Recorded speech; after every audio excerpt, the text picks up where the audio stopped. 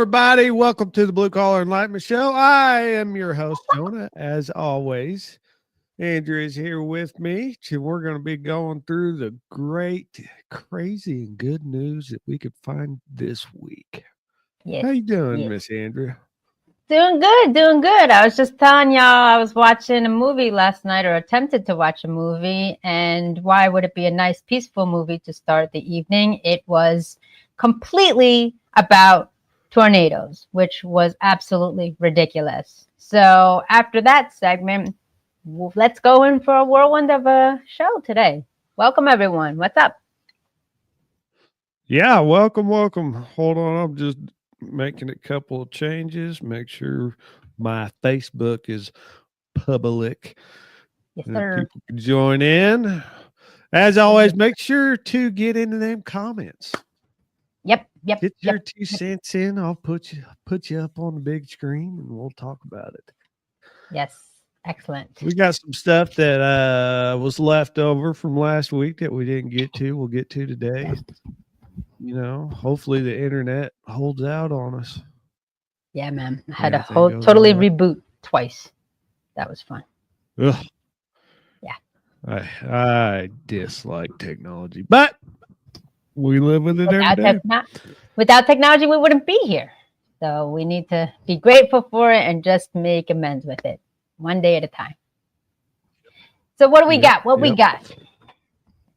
Starting off last week, we didn't get to this. I don't think. Maybe we did, maybe we didn't. But you know those astronauts that were stuck in space for that were supposed to have a 2 to 3 day voyage, ended up being 9 months. Mm-hmm. Yeah. Yep. They splashed down last week. Figured we'd start with some good news. That was March 20th. Exactly. The day we did that. Wow. But they're back. Welcome home, y'all. Y'all probably ain't watching, but What's up? Welcome home. Welcome.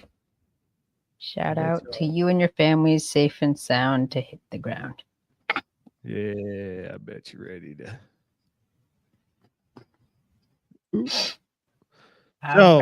Ready. How do you feel, Andrea? Yes. If you had to drive through a tunnel underwater?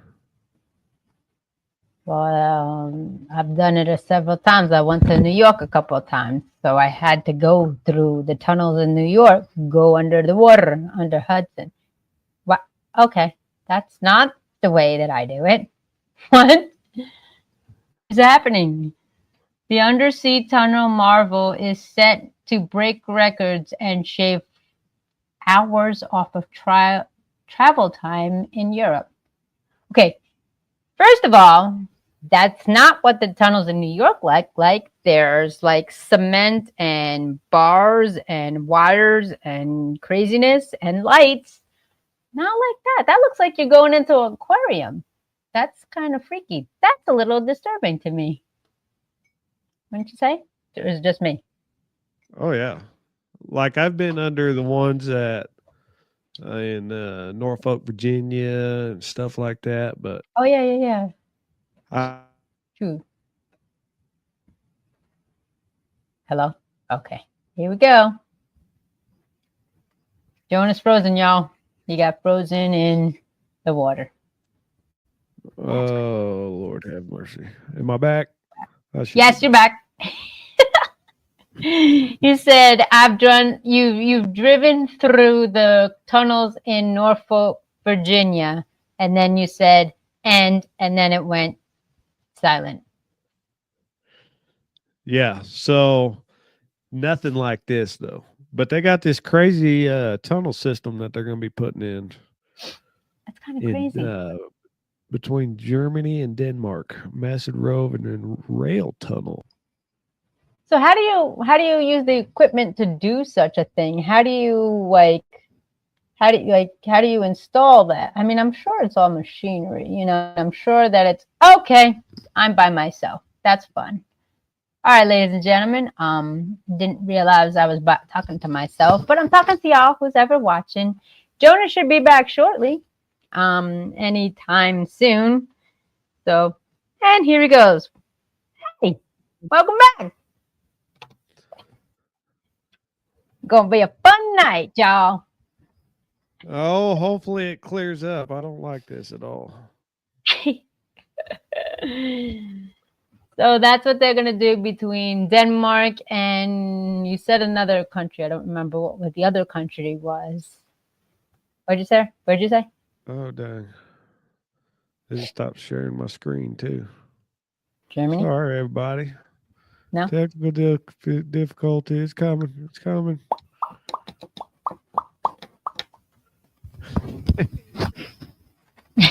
Fun times.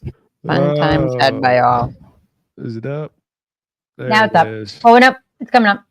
And we're looking at some ads. So I would either scroll up or scroll down. You know what? Let's just remove this so I can see what the heck I'm reading. Alrighty, here we go. What am I reading? Between Germany and Denmark. Betwixt the shores. What? Betwixt? Is that a word? Okay. It means between. Thanks. Betwixt the shores of Germany and Denmark, a massive road and rail tunnel is being built and assembled for positioning under the sea floor. The marvel of modern engineering will set records. Even the facility erected to build it will be an achievement, and the product will dramatically alter the road and rail networks of Northern Europe. Interesting. It's going to be called the Fahrenheit Tunnel, spanning 18 kilometers or 11 miles of water with 2 double-lane highways and 2 rail tunnels.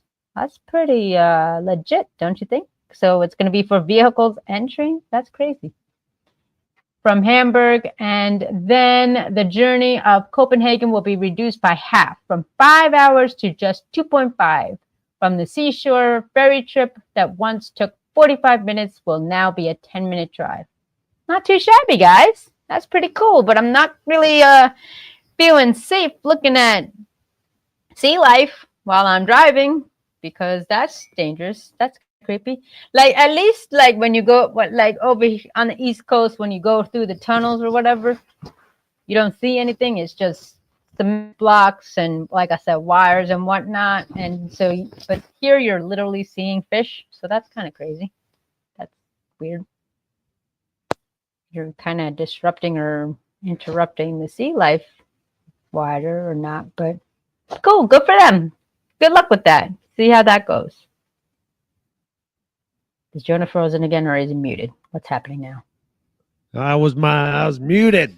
Oh, okay. I was like, is he gone again? What the heck? I don't think they're gonna have like windows in it. Well, you just showed it. It was under the sea. Well, you're not gonna be paying attention to that. You're gonna be paying attention to driving. Well, what about the passengers? Are they going to be paying attention? They'll be paying attention. They'll probably be freaking out. They're in a tunnel underwater. Well, they wouldn't freak out if they did it like on the East Coast in America where you cover it so you don't freak out to realize you're underwater. Is that just me?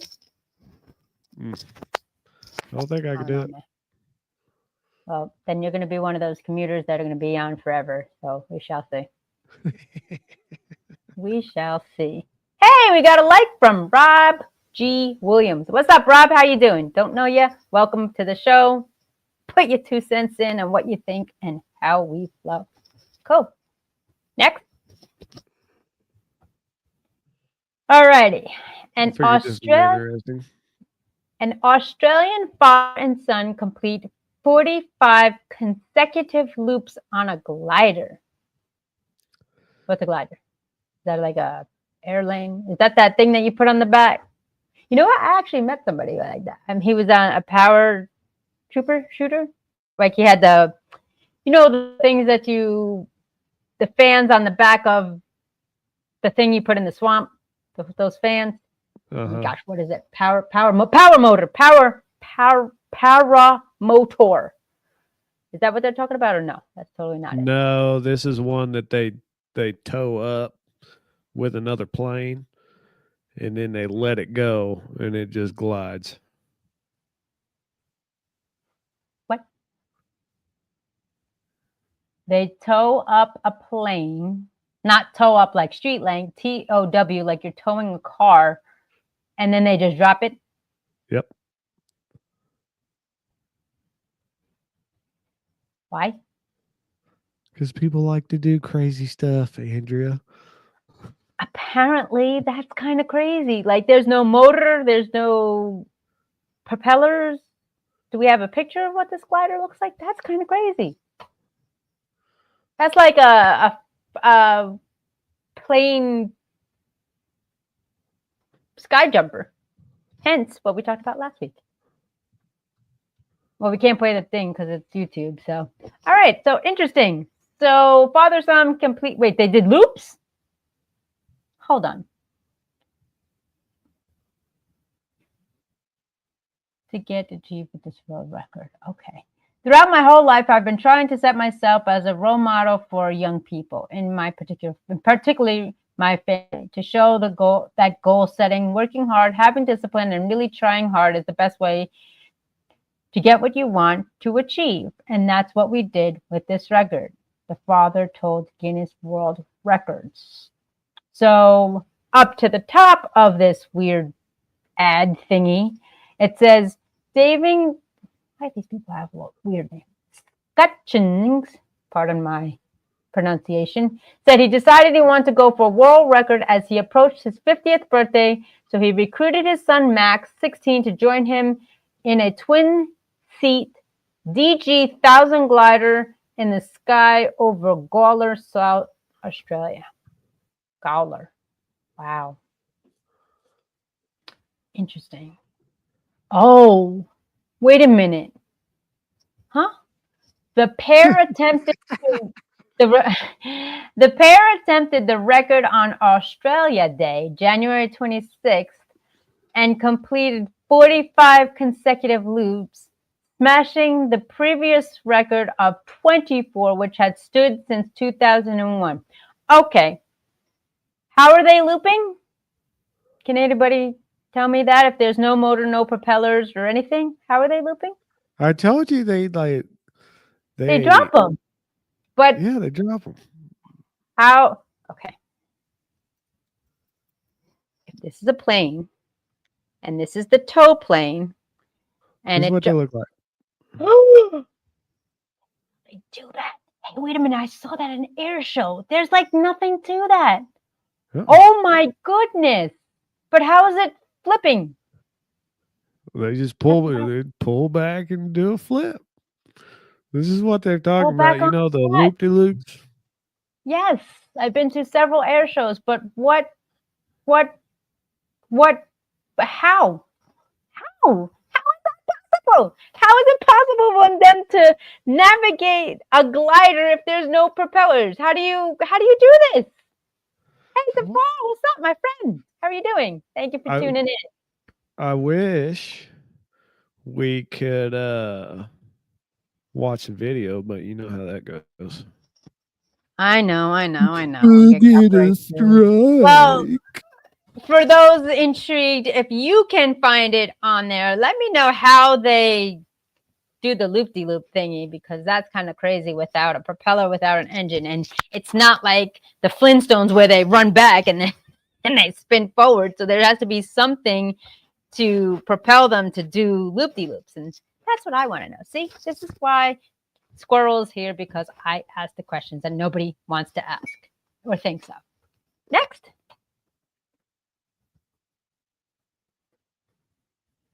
Anyone? Next. Is Jonah frozen again? We're back. I'm back. Sorry, people. You got to bear with me. Be patient. Oh my gosh, I can't. This is too funny. Oh, so this one's fun. This one's pretty cool. This one's going to trigger you, Andrea, if you're ready. All right. I'm ready, Freddie. Let's do this. What's up? Hold on, You asked them. People are pushing it back. Why do you do that? Wait. Okay. People are pushing back against experts. Claims that the Squid Game may inspire violence. You think? All right. Now, Squid Game isn't you, because something came on like maybe a year ago talking about Squid Game, and then I was kind of curious, and somebody explained it to me that if you lose the game, you're dead. And they made it into, I think it was a video game first, and then they made it into show, and then y'all know how people do. They do it in real life. Is that for real? For real or no? Right? Yes? The Squid Game for real? Yes. That's what I would hope not. Well, why are they saying it? Okay. First of all, why are we addressing Squid Game when there's so many every other video game out there is killing? Anybody? Comments it below. Call of Duty. What is it? Grand Theft Auto. Let's see. Any fighting game, any war machine, any. Name one video game that's cool that doesn't entail violence. Somebody? Because this is just me. I think the only one that. Oh my gosh! Remember Paperboy? No. Well, he broke. Well, yeah, he broke windows. If you threw the paper at the windows, he threw it at the cars, and then somebody threw at a dog, and the dog like keeled over. That was horrible. But anyways, all right. Sorry, squirrel moment. All right, time to let out a collective high because here we go again. All right. A council in South England, as well as others, has gone public with the advice regarding the Netflix mega hit Squid Game. I believe that's the movie. As The Guardian reports, the council has urged parents not to allow children, I'm adding words, not allow children to watch the series. Elsewhere, as seen is in the New York Post report, so-called experts, that's kind of insulting, are making similar arguments that certainly smack of the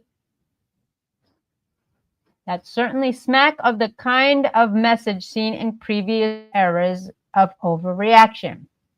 The Post cited complaint notably posits that this series could be fostering bullies due to its content, and the bulk of reports of this nature also point to claims that some kids have been recreating non-deadly elements of the series in real life, which one could very easily argue says way more about parenting than it does in art. All right, so here's a thought. I know children are raising children. I know electronic devices are raising children as well. I've seen it out and about, if the parents are doing something, the caregivers are doing something. Here, watch it. That's terrifying. Why are you putting that in the screen? I am not a fan of puppets, puppeteers, or anything that creepy. And that's creepy. Can we shift that so I can finish my thought? So, the purpose of that is the purpose of that is we should be monitoring what our children are doing in school, on school. I know some schools have like limitations and blocks on certain websites, on downtime, or if the kid's not being in tune to the lesson at hand. But here's a thought. Why not go old school and not sell it without parental guard? I mean, still kids could watch it, but at the same token, put a lock on it or of some sort, or not have it so accessible online, on Netflix, on streaming devices. And let's just be nice to each other, man. Like, isn't there enough violence in the world? We're already separated and divided. Can't we just have fun? Let's I'm thinking of like what was not as aggressive than today's video games, or even videos for that matter. Was Zelda kind of violent? I don't remember. I think it was like mostly how? Because I know Zelda usually did quests. No? Yeah, you would like take out monsters and stuff. Okay, so obviously I didn't do very well in Zelda because I don't remember that. Paperboy, I think, is the least of the violent games. Ping pong. genre. Yeah, pong, baseball, baseball. Okay, all right. golf. Yes. Okay. So there's Tennis. a few that We are possible. we we had a Soccer. lot of. You know what I thought of? We messed up, man. We was really good gaming device until what happened was they didn't allow you to play with other friends who had Wii. Yo, they would have made mad fortune. I remember when we came out, I was so psyched and I was just like playing the games like sports, baseball, bowling, whatnot. And I was like, yo, you got Wii? And they're like, yeah, yeah, yeah. And we were thinking we were able to, and we couldn't compete against one another. You literally had to be in the place at the same time physically to play the games. Come on, Millie. Let's restart Wii and bring it back and like make it remote so we could play one another. But yeah, for the real thing, the real deal at hand with Squid Game, I'm just saying, can we just stop all the violence for real? Like, let's just stop. Let's just stop competing with one another and just have fun and compete in a healthy way, like in an intellectual way, like Trivial Pursuit, Yeah. Scrabble, another intellectual game. I don't know. That can get pretty violent. Yeah, true, true, true, true. If Very you're true. not a good speller, yeah, it's not crazy. Oh yeah. Yeah, and you would figure it's so hard because it's so hard to like regulate what your kids watch like Yeah, man. easily anymore. Well, I mean, I Because they know, but figure out a way around it. They all the you take time. away their devices. That's how you do it. You take away devices. They come home. If you send them to school with the device, you take it home, you put it in your possession, and they earn time. That's what I know people do. I know people who have children who don't get their electronic devices until their schoolwork's done. Some wait for the weekend. Some get timed, supervised time or whatever. But I mean, I don't like the excuse, it is what it is. There's no control because Well, there is control. I can With sense. understand like, like up to maybe 13 with that. Right. But like once they get a certain age, it gets a little harder to regulate what they But if but because it's they also go how to their you raise friend's them. house and their parents are That, out, yeah, that is the stuff one thing like you can't that. control. I mean, unless I mean, that's the only thing that I can kind of waive. That's an opportunity where there really is no control. And I mean, the other thing is, what is going on my hat? The other thing is putting like a password on it or a lock of some sort, you know what I mean? Or tracking it, and having the ability to like restrict access. But the one thing that is, because not every parent's on the same page with their child. They're like, yeah, yeah, yeah, yeah. And then, what happens at the other person's house is, really beyond your limits. That's the only thing that I guess they could kind of say, all right, I get it. You don't have control. But I mean, I don't know. All right. We killed Oh. that topic real quick. Went down that rabbit hole. Oh. What is up? Another book. Yo, what's with these people? Library book back in circulation after being 98 years overdue. Wow, that's got to be a grandma or grandpa's book. It's What's it different called? The books, but Wild West. this Bertward is a sequel to the W. first one. Sinclair. Interesting. Oh. Oh, wow. Look at What does that say? that. June 62? Wow. And it had like a ledger where I'm like pointing, like you can see what I'm pointing to. It had like a ledger where you stamp it. Why do you stamp all over the place? Why can't you just do it neatly? That would drive me This insane. Like I would librarian totally didn't. be This librarian didn't have OCD. about. Look at that. Hey, yeah, that's just all over the place. Yeah, man. But at that time, I'll give her the credit or him the credit because I'm sure a lot of people were checking out books and you're just like, psh, here you go. Psh, here you go. You know what I mean? All right. Librarians in Ohio said a copy of The Wild Wild West by Bertrand W. Sinclair is returning to circulation after being returned 98 years past due date. The Cincinnati and Hamilton County Public Library said on social media that the tome was checked out in 1926 and returned to the Prince Hill branch in late 2024. Interesting. Very interesting. Well, good job for returning it. That's pretty cool. Oh, yeah. Was there any fees? Does it talk about fees? Because I know the last one did, but they waived them. Christopher Smith, the facility's genealogy and research services references the librarian, said the book was found by a family member on the shelf of an elderly relative who recently died. We assume it's the person who checked it out, but we don't know that. Okay.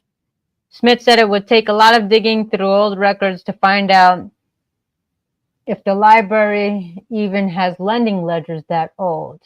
Library bought a new copy of the book years after it failed to return, and that copy is still in circulation today.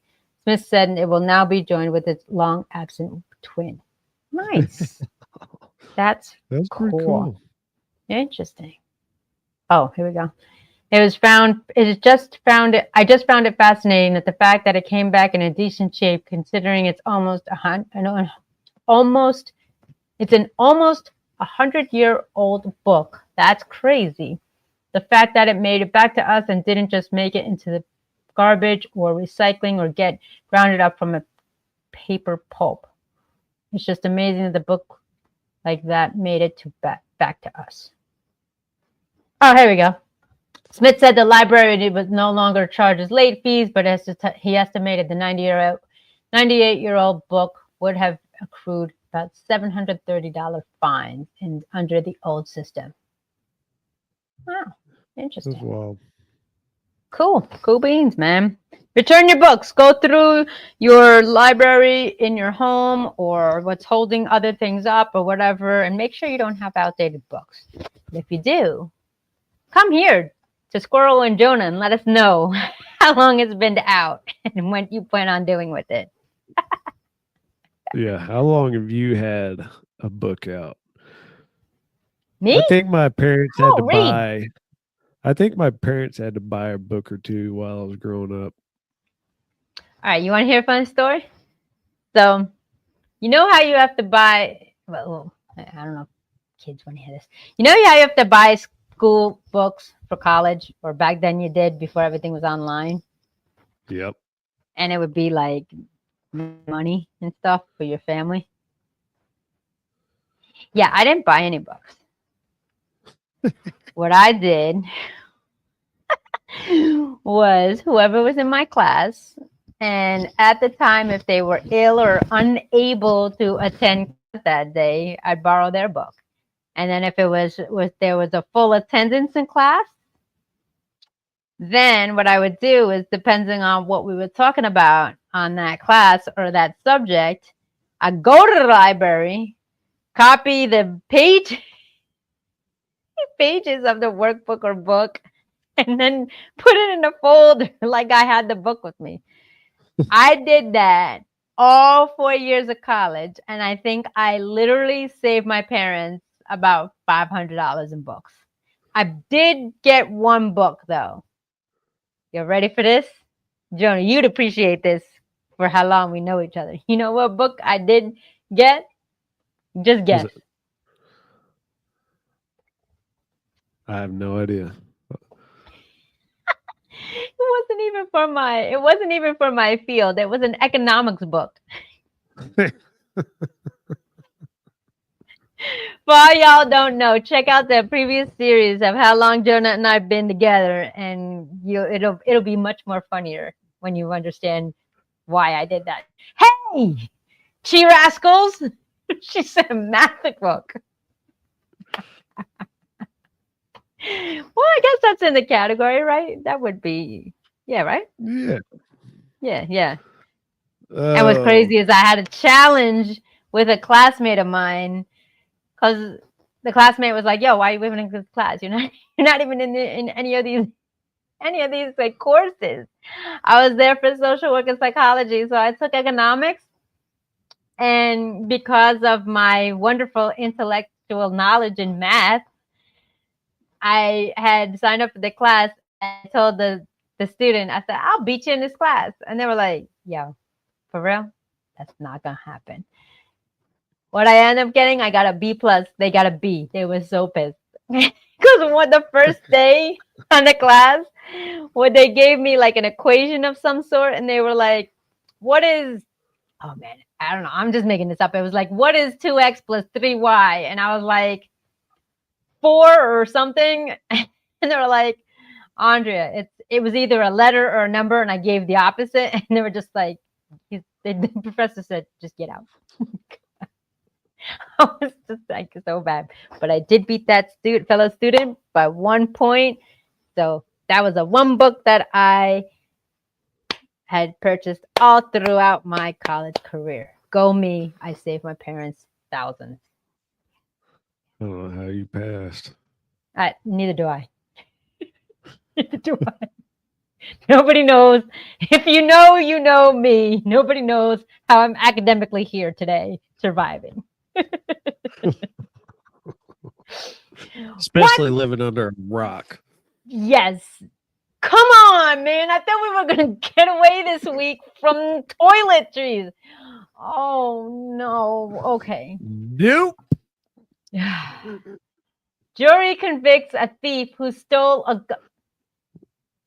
What? Where would you? Oh, that's where. Jury convicts a thief who stole a golden toilet from the English palace. Okay. All right. Why is the toilet gold if it's in a palace? I get it, but gold, that's kind of cold on your bottom. Number 2, nobody saw him leave with the toilet. Nobody pictured, hey, this guy has a huge porcelain device or sculpture on his person. Let's read more, shall we? London. A thief who swiped a golden toilet from an English palace was convicted on Tuesday, along with an accomplice who helped him cash in on the spoils of the 18-carat work of. Why is that toilet better not have been used? Who helped who cashed in the spoils of the 18-karat gold work of art insured for nearly 5 million pounds, more than 6 million. What? $6 million for a golden toilet. Wow. Michael Jones had used the Michael Jones had used the fully functioning one-of-a-kind latrine as he did reconnaissance at Blenheim Palace, the country mansion where British wartime leader Winston Churchill was born. The day before the theft, prosecutors said, ew. He described the experience as splendid. He returned before dawn on September 14th, 2019, with at least 2 other men armed with sledgehammers and crowbars. They smashed a window and pried the toilet from its plumbing within 5 minutes. Whoa. Leaving a damaging flood in their wake as they escaped in stolen vehicles. There's no cameras in the palace, not golden cameras. This was an audacious raid which had been carefully planned and executed, prosecutor Sean Saunders said. But those responsible were not careful enough, leaving a trail of evidence in the form of forensics, CCTV footage, and phone data. Dumb. I'm mad that he went to the bathroom before he stole it. And I'm mad that he took it. Wow. Why was it working? First of all, that's what I want to know. Obviously, it wasn't a prop. I mean, it was a prop, but I guess it was fully functional. That's crazy, man. And the fact, he did it overnight. That's right. The purloined potty has never been recovered, but is believed to have been cut up and sold. Whoa. I would have never thought to do that. First of all, I wouldn't steal anything because that's dumb. Second of all, he just cut up gold and sold it. Interesting. Yeah, that's what you do. How else you gonna get your money? Sorry, I haven't really thought of, He could have you done know, that so much heisting smarter, gold. like taking a piece of it. Oh, intrigue us, Jonah, how a smarter way would have been stealing a 18 karat gold. Isn't that heavy? That seems heavy. Isn't gold heavy? That seems pretty heavy, I think. I'd believe so. Let's find out. But he had an accomplice who was able to retrieve it. Wow. A for effort. Some ew. Ew. Ew. That's awesome and creepy. At least and it's disgusting. sanitized because to melt it down, you got to get it real hot. How do you know they But- melted it down? Yo, the satirical work titled America by Italian conceptual artist Maurizio Cattelan poked fun at excessive wealth. It weighed over 215 pounds, 98 kilograms. The value of the gold at the time was did I read that already? 8 million, 3.6 million. The piece had previously been on display at the Guggenheim Museum in New York. The museum had offered the work to U.S. President Donald Trump during his first term in office after he had asked to borrow a Van Gogh painting. Okay. Jones, 39, was convicted of burglary in Oxford Crown Court. The theft was planned by James Sheen, 40, who previously pleaded guilty to the burglary, conspiracy, and transferring criminal property. Wow. Sheen then worked to broker the deal with Fred Doe to cash in on the haul, prosecutors said in a series of text messages. Sheen referred to the loot as a car, but he was actually talking about the gold. Very interesting.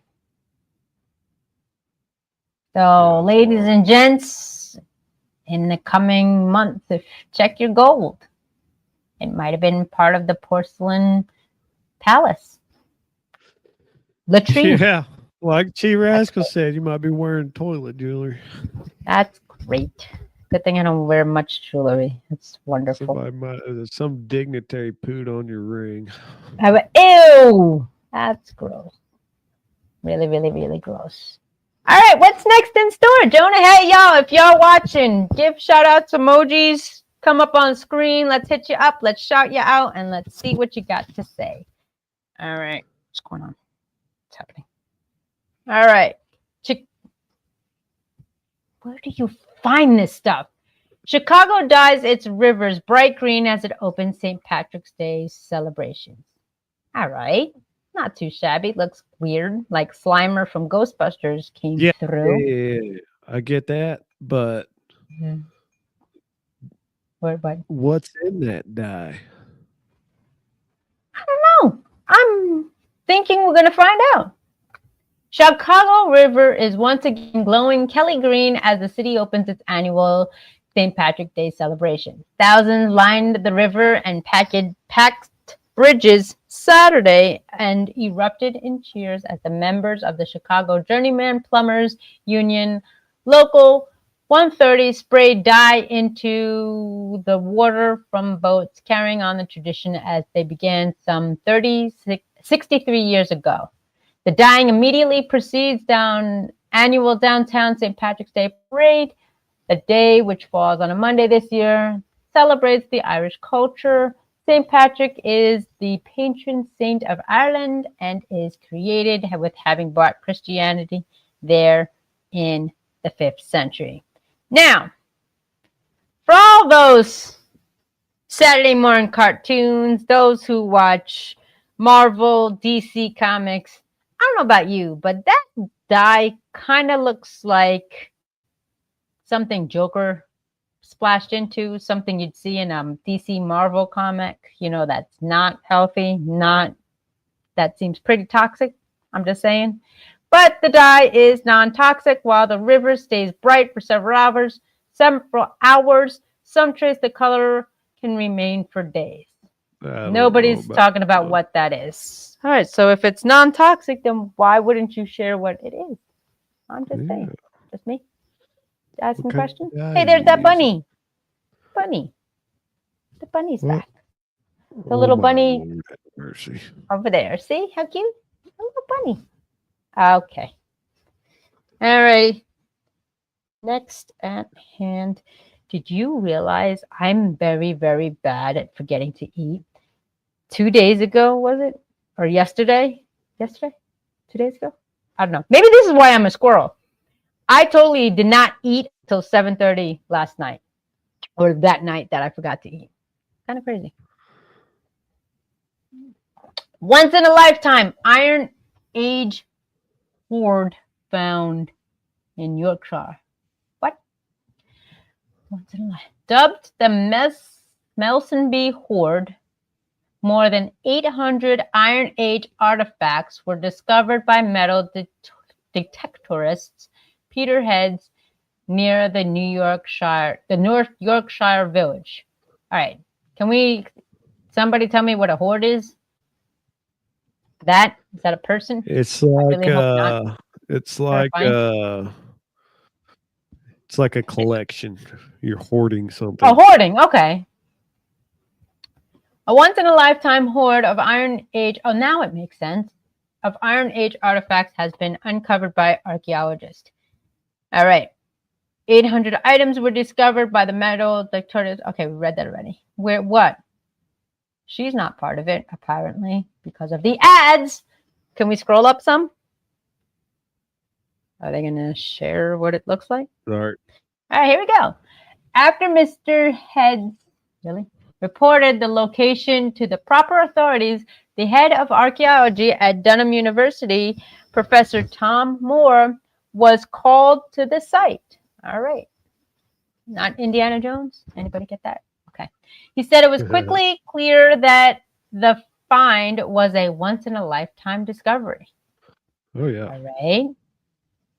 What did they find? They're still not telling us. They're just saying that. Of course, they're not going to tell you. They're going to keep it secret because when I read this, tune in next week when we figure out what it is. 2,000 years ago or something like that.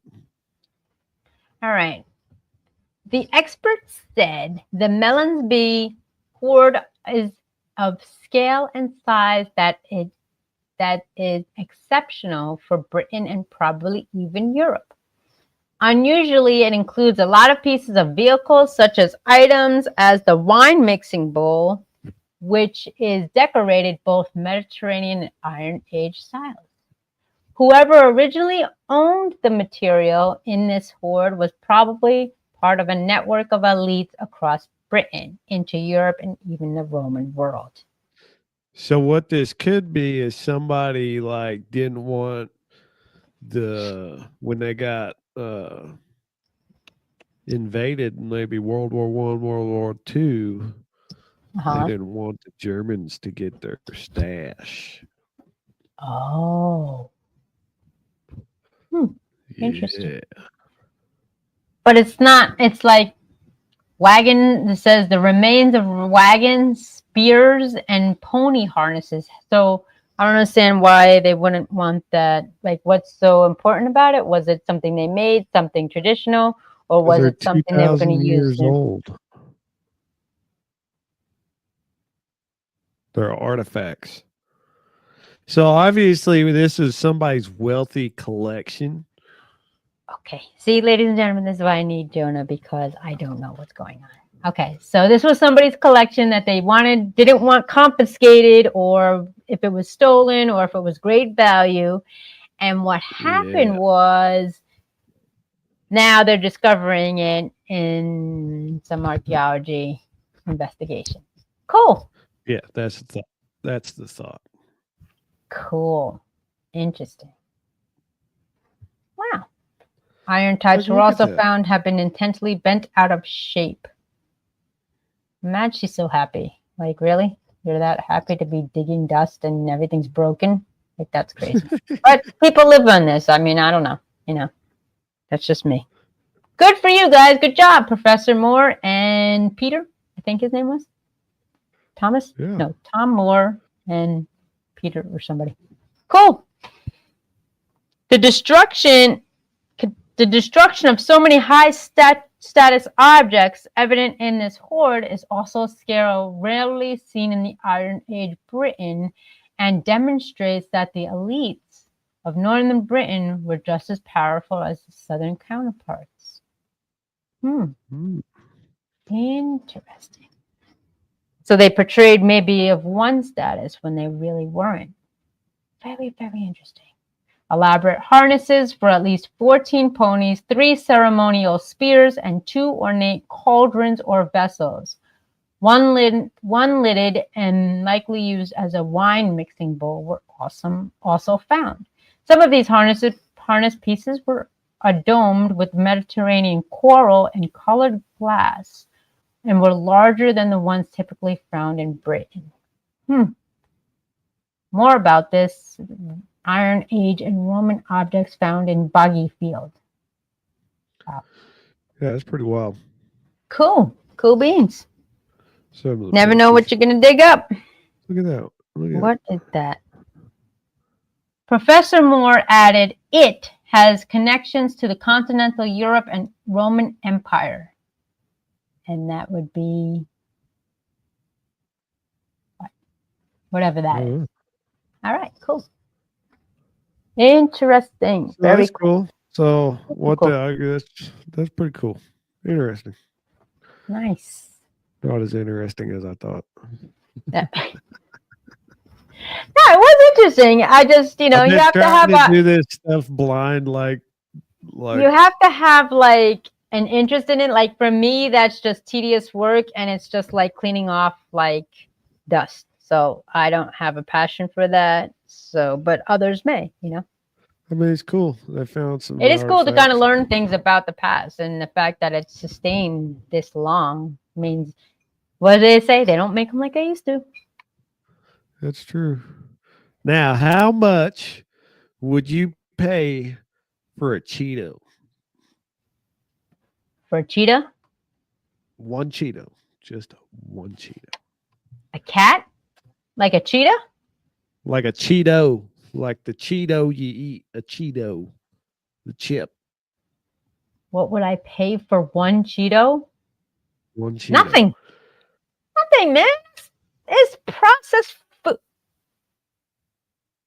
What? Stop. Pokemon-shaped Cheetos sells at auction for $87,840. You know what? Remember at Christmas time? Y'all, if y'all haven't seen it, remember Christmas time? I'm going to make a cookie that looks like something and just sell it on eBay because that's apparently what's happening here. Let's read, shall we? This is why things that make you go, 60 people attempted to buy. Kenya, I was reading. I got to throw some curveballs in there to make you. No, absolutely. But, can you scroll up for a second? Up. Okay. 60 people I'll wait. You have a trigger finger, and I'm attempting to read the caption above the video. This one. I see you. 60 people attempted to buy the Cheetozard, a Cheeto shaped like the beloved Pokemon Charizard, during an auction. Stop it. Because unless we have an image, because there's a video we can't play, unless there's an image and you're an actual Pokemon head, it just looks like the shape. That's like $87,000. $87,000. Do you understand? She gets it. She gets it. People are buying gold toilets and 80,000. Yes, this is what the world is coming to. Why invest? Why save? Why go in an IRA? Why go to a trip to Hawaii. Why trip around the world? Let's go buy a Cheeto for $87,000, almost $88,000. Do you understand, ladies and gentlemen?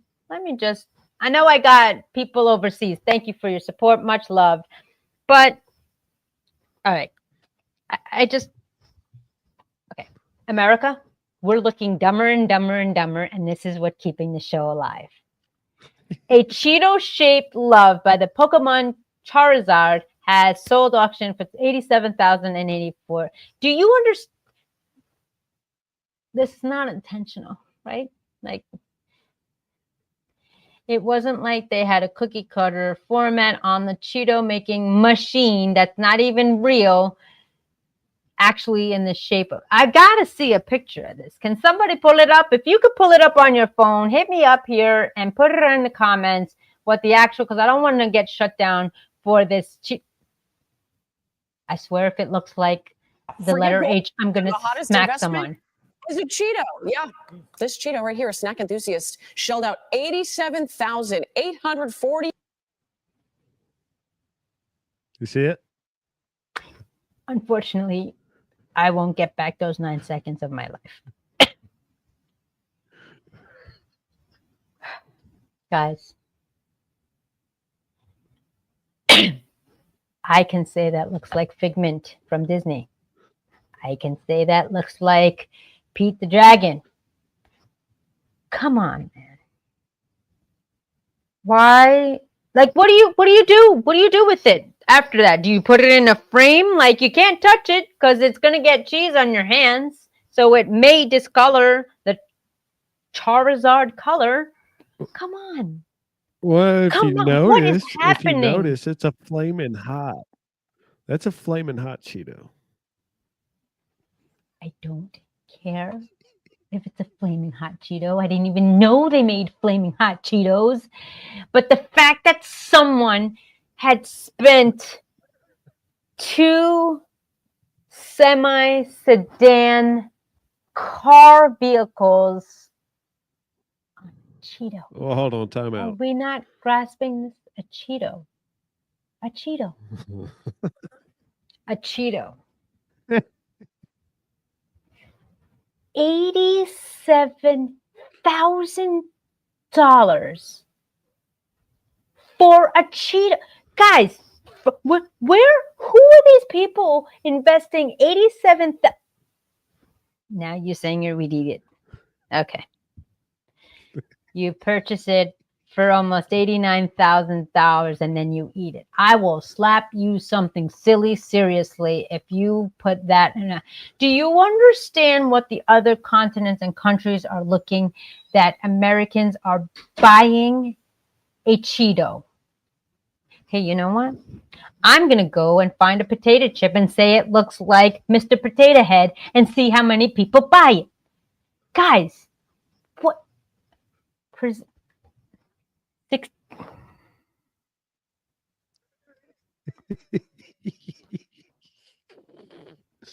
Oh, Andrew is losing hope in humanity. This is hilarious. 60 bids on the uniquely shaped snack according to the listing.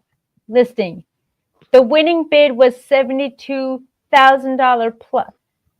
Like, all right, for real, I'll give it the character of, I don't even know what Pokemon. It's a cool dragon. I get it. Why you're spending $72,000 on a Cheeto? Can we just,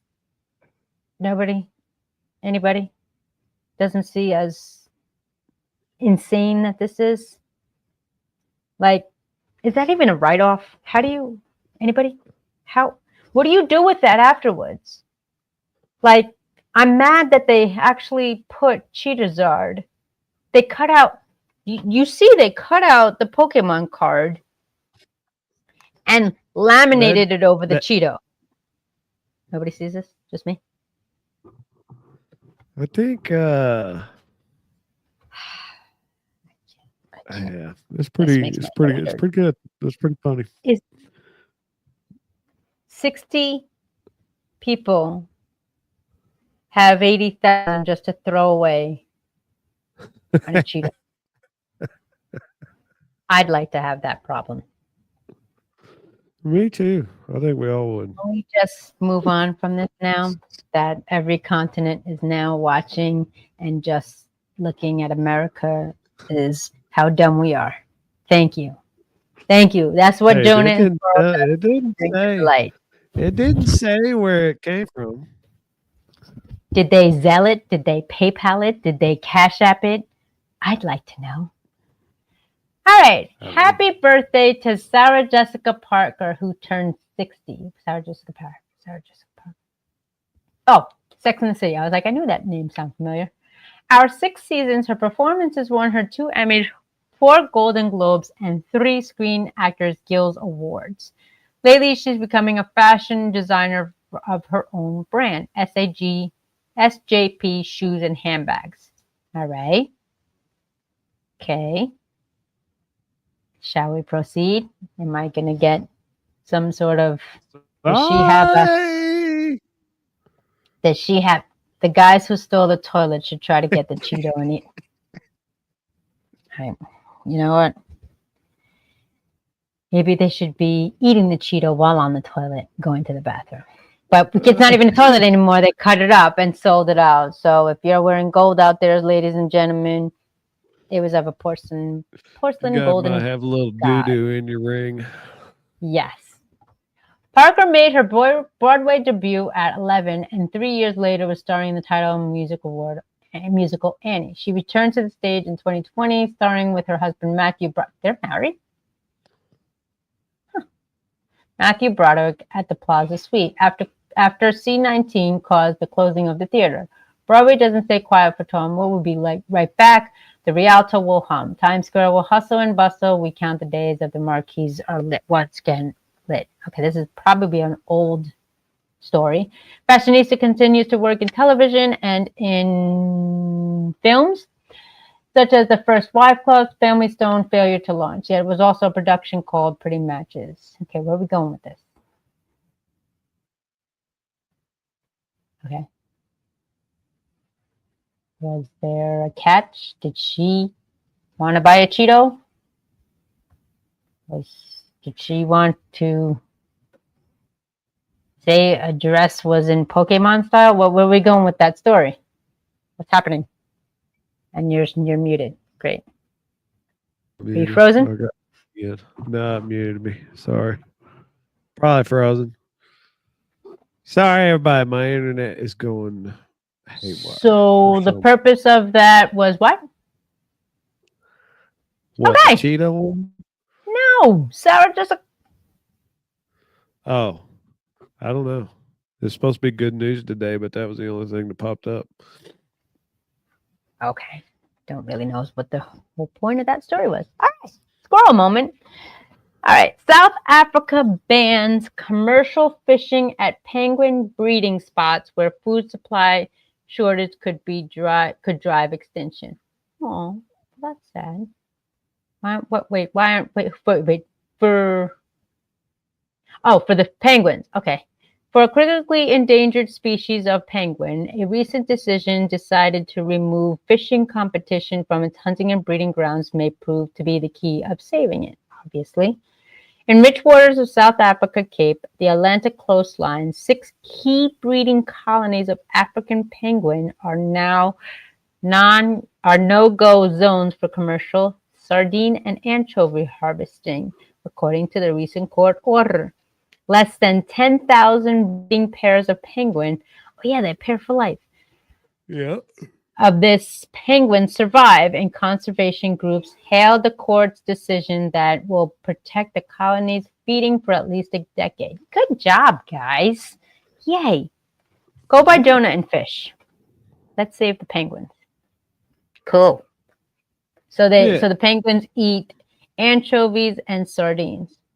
Interesting. Cool. Cool beans, man. Figure some good news in the day.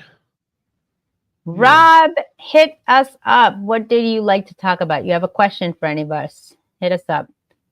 What's next and best? Well, we got about 3 more Alrighty, cool. Let's go through them. I got to get it up there. It's got to load. My internet's going haywire. Yeah, y'all. For y'all that are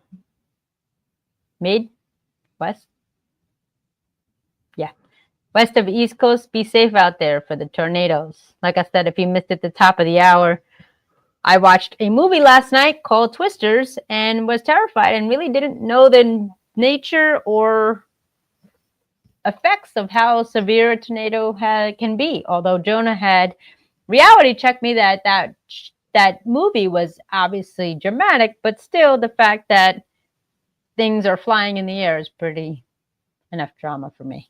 Absolutely. Can y'all So hear be me? careful. Well, were you talking? Can you hear me? No, I can hear you. If you were talking before, no. Plug your mic in. There it is. Finally. Alrighty. Groundbreaking gene therapy cures 20. Oh no, you're gonna make me cry. Groundbreaking gene therapy cures 21-year-old of his sickle cell anemia. I'm not in pain anymore. Jonah, why didn't you vet me for this? What are you talking about? It's good I was news. working with I know, but I was working with someone who had it and is no longer here. So it's kind of a touchy subject. Well, we could skip this if you want to. No. It's good let's celebrate him. A New York hospital has declared a patient cured of sickle cell anemia, a debilitating genetic disorder that mostly affects individuals of African heritage. Considered to be cured, other genetic treatments have proven successful in reducing or ending the bouts of pain and occasional surgeries that plague their lives of those who suffer from the disease. Cohen's Children's Medical Centers said their patient Sebastian Biazal, my bad if I pronounced it wrong, 21, is the first New Yorker to have received a breakthrough leukemia treatment, according to the New York Post. Much love and protection and healing to you, my friend.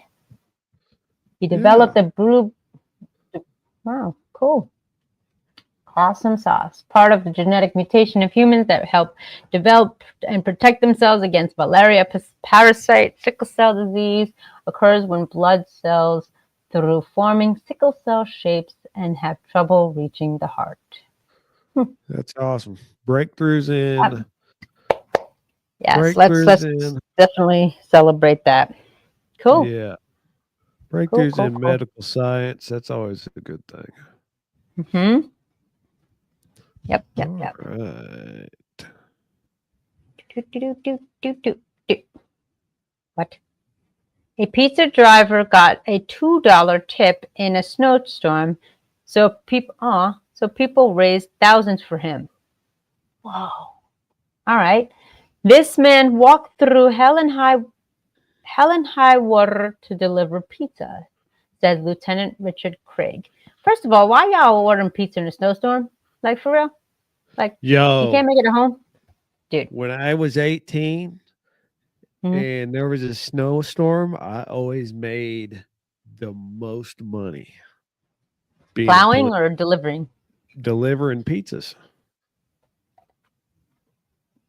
All right, but I think that's kind of messed up for the community to order pizzas when there's a state of emergency or snowing out. You're just putting the drivers at risk. That's not cool, man. Yeah, but they tip heavily. And I had a truck, so I didn't care. Oh, okay. A pizza driver's meager tip has snowballed into something much bigger. Words are hard. On January 11th, Lieutenant Richard Craig posted a video to TikTok, of course, where he is known as Officer Craig, showing his interaction with Connor Steffenhoff. Pardon me again. A 20-year-old delivery from Rockstar Pizza in Brownsburg, Indiana. The video, which starts showing blizzardly conditions on a snow-covered street, highlighted the employee's work ethic in the incident weather. Please tell me he's driving a truck. Can we scroll up? don't think he's driving a truck. Well, that's a problem. He's walking. It looks like he's driving a truck. Is that his He truck probably right had there? a little The white car. one? No, that's a plow You truck. delivering a pizza, bro? Okay. Can you Where were we at? Sorry. under the video? You delivering pizza, bro? Craig asks Steppenhoff, who replies in the affirmative. The delivery man trudges through the snow in sneakers and sweats. Aw. Steppenhoff points to the distance, down a snowy hill to indicate where he had to park and walk from. Did you get a good tip? Well, first of all, why are you talking to the guy and not helping him or driving him back to his car? He said, did you get a good tip? He replied, $2.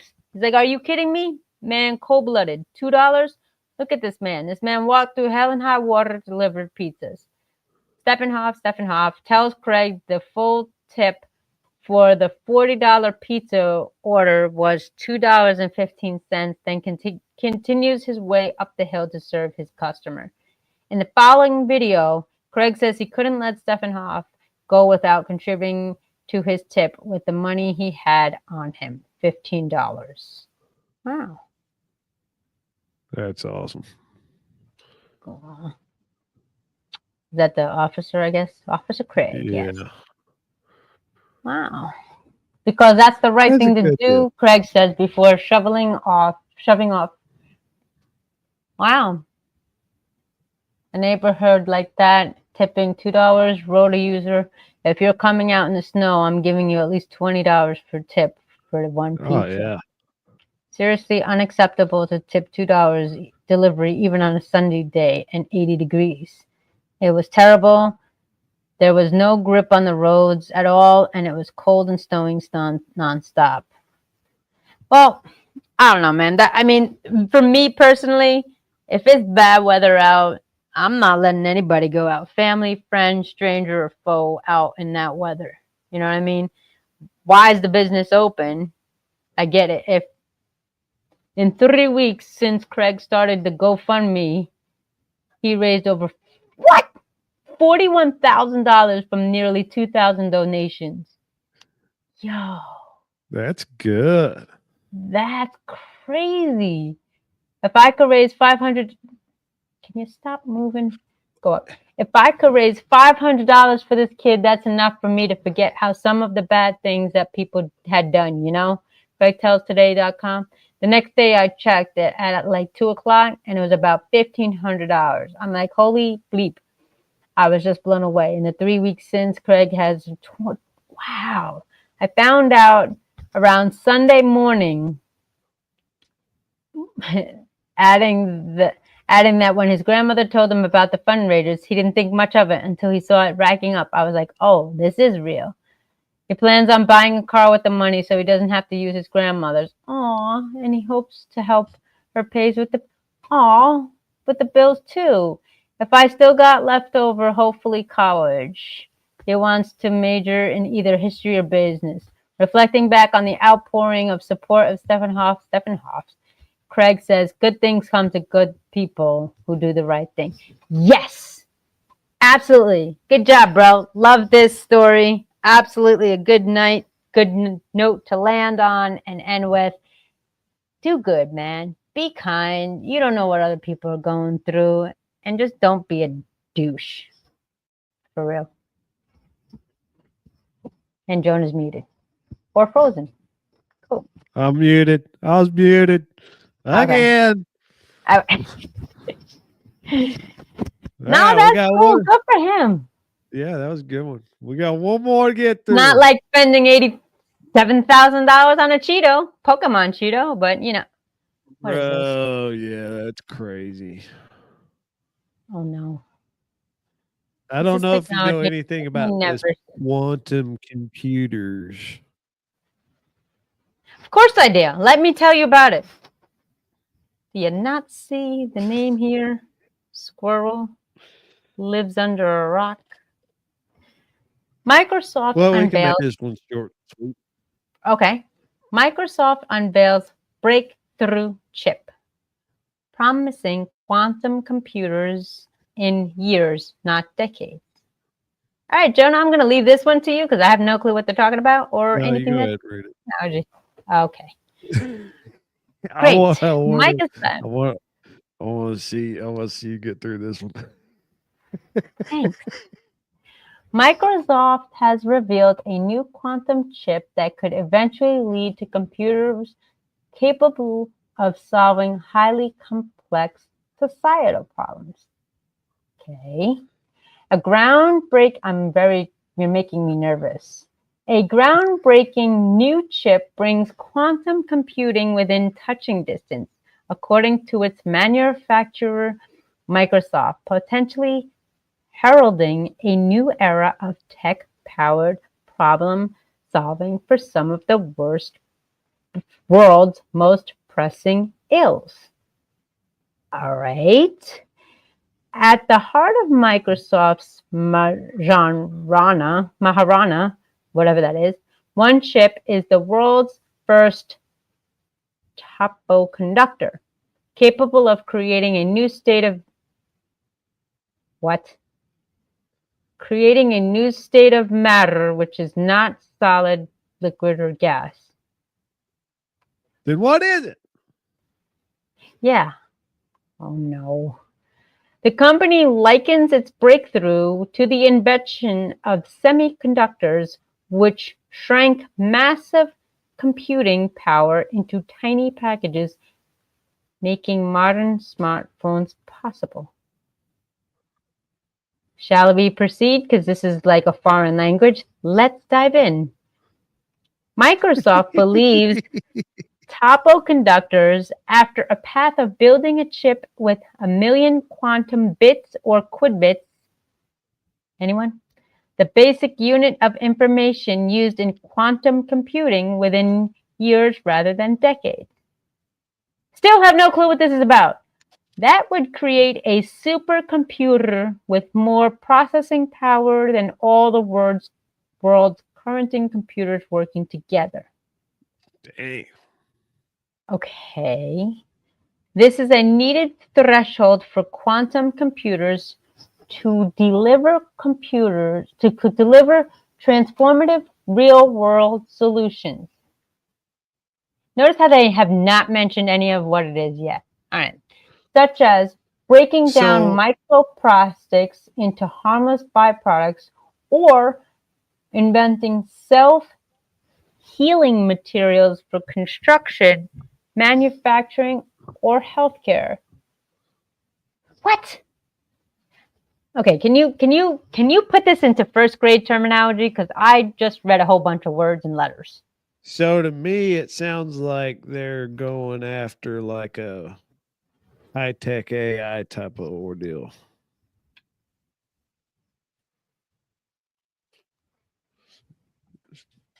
Meaning? Well, I mean, it's supposed to, apparently it's going to solve complex societal problems. Such as? What else would do that? AI. Let's pretend I'm in first grade. Can we go there and what that's talking about? No, I shouldn't even brought this one up. You think? Let's put this at the closing of this show because Andrea has no clue what this is all talking about. Because I live underground. I don't either, but I figured it was going to go into a little more description than that, but it didn't quite, right? So, all right. I guess I learned my lesson on this show. That's just not happening. I learned my lesson. I got to vet. All right, so if you know something about that article, ladies and gentlemen, drop it in the comments to figure out what they're talking about. Let's decode or simplify that terminology of what is happening because I have no clue. Anyone? That article we just saw? Okay. We'll save for next week. Do some digging on some quantum computers. All righty. Well, on that note, it has been real fun. Please, y'all, Americans, don't spend $90,000 on a potato chip, a crumb, a pie It's a crust. flaming hot. Look, the irony is it's a flaming hot Cheeto shaped like a Charizard. It's a dragon in the Pokemon. Okay. How long is that going to last in the container? What is... How long does a You know what's McDonald's really burger sad? last in its package? Quite a while. No, it doesn't. You've Have never you seen had- that? Oh, you did? Have you Okay, had a on top of- cheeseburger? On top of The next these day? tornado videos that I told you to go watch the video of people putting a McDonald's double cheeseburger in their cabinet for like a year, pulling it out, and it still looks the same. Please don't tell me that. That's disturbing because See, this is what happens when you plug in. This is I what don't happens when plug you in. plug You in. see what happens when I plug in? People are spending $87,000 on a chip, a Cheeto, a flaming It Cheeto. looks like a Charizard Pokemon. Stop. It's a collector's item. I speak to people across the world, and the fact that people in America are spending almost $90,000, which is probably $10 million in overseas, on a flaming Charizard Cheeto that isn't made of cheese or toe. There's no Cheeto. There's no crunch. I can't. Anyways. All right, y'all. Well, thank you for tuning in. It has been real fun and amazing. Chime in with your comments, hit the playback, like, share, subscribe. Find us on the social media handles. We will be here, and stay tuned for the posts and if there's any changes, updates, or big announcements. All right. We will see you when we see you. We Love out. everybody. Bye. Good night. 99. Ciao.